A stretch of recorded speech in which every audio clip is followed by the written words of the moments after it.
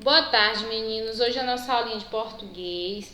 Vocês irão aí fazer a correção da página 90, né? Essa atividade está relacionada aí ao assunto que nós abordamos aí na página 89, onde fala sobre substantivos primitivos e substantivos derivados, tá? Então, o que é o substantivo primitivo? Substantivos primitivos são os que dão origem a outras palavras, tá? Exemplo, corda. Corda é um substantivo primitivo, tá? Sertão, vila, graça são substantivos primitivos. Os substantivos derivados são aqueles que se originam de outras palavras. Exemplo, corda é primitivo, ela dá origem à palavra cordel. Então, cordel é derivado de corda.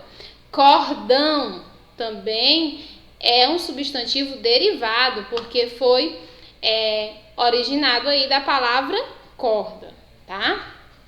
Sertão aqui. Sertão é um primitivo e sertanejo é derivado. Vila, primitivo, vilarejo, derivado. Graça, primitivo, gracejo, derivado, certo? Então, substantivos primitivos dão origem a outras palavras. E os substantivos derivados, eles se originam de outras palavras, certo? Lembrando que primitivo vem de primeiro, então, primeiro, né?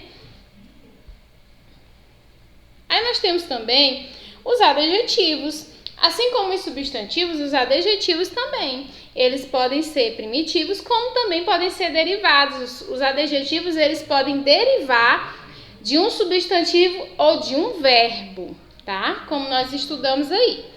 Então, agora nós iremos para a correção. Leia esta estrofe do texto, observando as palavras destacadas, depois responda ao que se pede. Quem escreve o cordel é chamado cordelista e quem canta improvisado é chamado repentista. Seja escrito ou de improviso, rimas são a sua pista. Então, as palavras destacadas são os substantivos primitivos ou derivados. São derivados, né, gente? Cordelista vem de cordel e repentista vem de repente, tá? Da palavra repente. Então, letra B. Explique sua resposta. Eu coloquei assim, ó. Os substantivos, eles são derivados porque foram criados com base em outros substantivos, cordel e repente, ou seja, cordelista de cordel e repentista derivou de repente, tá? Da palavra repente. Vamos falar também sobre os adjetivos primitivos e derivados, tá? Então, a segunda questão, volte ao texto e leia a terceira e sexta estrofe. Em seguida, faça o que se pede. Nós iremos circular aí, em cada estrofe, um adjetivo derivado. Dica, há apenas um em cada estrofe. Então, os adjetivos são abençoado e naturais. A tia vai voltar lá ao texto, tá? A segunda, tá? Está pedindo para voltar ao texto e reler a terceira e a sexta estrofe. Então, vamos voltar lá ao texto e reler a terceira e a sexta estrofe. Então, aqui, na terceira estrofe, deixa eu só ver, porque a internet está um pouquinho ruim. Por isso que a tia não queria nem voltar, né? Porque às vezes não dá certo. Voltou. Então, aqui, na terceira estrofe, a palavra que aparece aí, que vocês deverão circular, é a palavra abençoada. A tia vai até circular aqui, tá? Abençoada, que deriva do verbo abençoar, tá? Abençoada vai derivar aí do verbo abençoar, tá, gente? Cadê a palavrinha na terceira estrofe? Primeira, segunda e terceira. Abençoada. Abençoada é derivada aí da palavra abençoar, que é um verbo, tá? Agora nós vamos para a sexta estrofe. A sexta estrofe, nós iremos aí circular a palavra naturais, tá? A palavra naturais.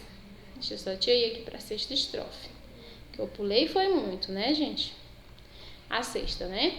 Primeira, segunda, terceira, quarta, quinta, sexta. Palavra naturais. Naturais é uma palavra derivada do substantivo natureza, tá? Então, as palavrinhas que vocês deverão circular é abençoada e naturais. Lembrando que essas duas palavrinhas aí, elas são derivadas, deixa a tia colocar aqui na página, do substantivo. Um é derivada do verbo abençoar e naturais é derivada do substantivo natureza, certo? Muito bem, a tia colocou aqui a resposta. Agora expliquem de que palavras esses adjetivos derivam. Então, abençoada deriva do verbo abençoar e naturais deriva do substantivo natureza. Responda. Atividades eu já fiz, porque a tia quer adiantar um pouquinho, tá? Com vocês, mas eu vou explicando aí para que vocês possam entender, tá bom? Por isso que a tia fez logo. Então, nós temos aqui, faça a cruzadinha para encontrar as palavras que completam o texto a seguir. Então, vamos lá. Olha só. Aqui as palavras começa com R, né? Então, a tia colocou aqui rimada. Com N, Nordeste. Com C, cordas. Com P, portuguesa. Tudo são palavras que estão lá no texto. Estilogravuras, com X. Folhetos, com F. E orais, com O. Agora, nós completamos aqui o texto. Olha só. Literatura de cordel. O termo cordel, assim como essa manifestação... Como essa manifestação literária é de herança portuguesa, no Brasil o cordel ganhou força no século XX, sobretudo em 1930 e 1960, tornando-se uma manifestação literária da cultura popular brasileira típica da região Nordeste. Em estados como Pernambuco, Alagoas, Paraíba, Pará, Rio Grande do Norte e Ceará.